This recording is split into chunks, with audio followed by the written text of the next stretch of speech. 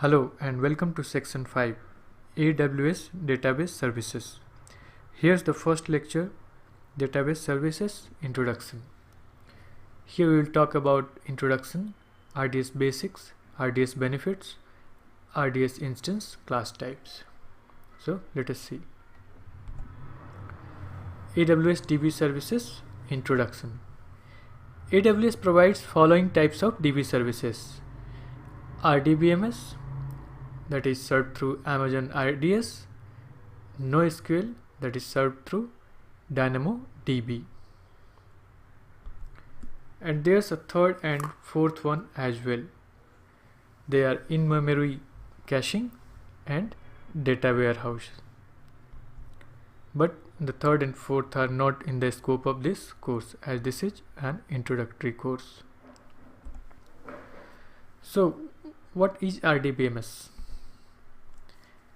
Whenever you talk about RDBMS, the first thing that comes into your mind or comes into our mind is tables and relationship between tables.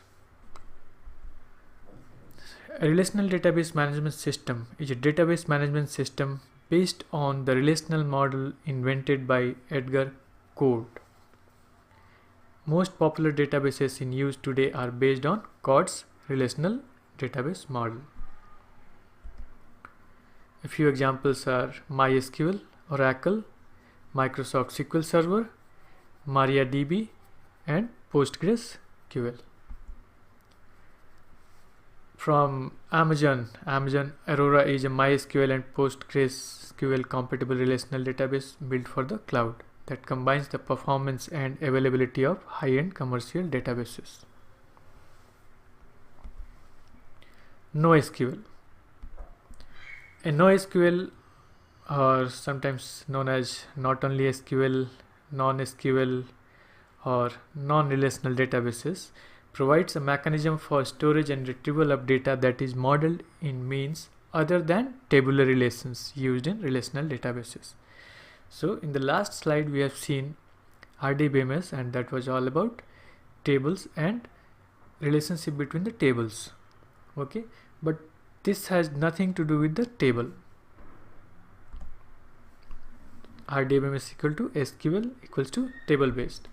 NoSQL equals to database document based, key value pairs, and graph databases. Examples of NoSQL databases: MongoDB is the most popular one, Couchbase, Cassandra, Redis, and RavenDB. And there's an Amazon offering as well for NoSQL, and that is known as DynamoDB. It's highly scalable, fully managed NoSQL database service from AWS. We will discuss this in detail later in this section. So what is Amazon RDS? That is Relational Database Service. RDS provides you with 6 familiar RDBMS database engines: Oracle, Microsoft SQL Server, MySQL, MariaDB, PostgreSQL, and Amazon Aurora. RDS is cost efficient. RDS makes it easy to set up, operate, and scale a RDBMS relational database in the cloud. It offers resizable capacity while automating time-consuming administration tasks such as hardware provisioning, database setup, patching, and backups. Amazon RDS is available for several database instance types, and they are optimized for memory, CPU, I/O. This is similar to EC2 instance, if you remember that we have already discussed. Now let us see what are the benefits of RDS. Lower administrative burden. That is, RDS is easy to use. Capacity provisioning, database setup, patching, and backups are quite easy. Performance. We can use general purpose SSD as well as provisioned IOPS, popularly known as PIOPS, for storage. Scalability. Push button compute scaling. So with a single mouse click, you can scale based on your requirement. Easy storage scaling as well. So you don't need to worry much about the storage space. Benefits of RDS continued. Availability and durability, that is automated backups, database snapshots, multi-availability zone deployments, and read replicas are built in with RDS. That is, it will be taken care of by RDS implicitly. So just a few clicks here and there and it's available for you. Security, encryption at rest and in transit. Network isolation is also there. Manageability, monitoring and metrics, that's available through CloudWatch. Event notification is also available. Cost effectiveness, and this is one of the most important criteria. So here you pay only for what you use.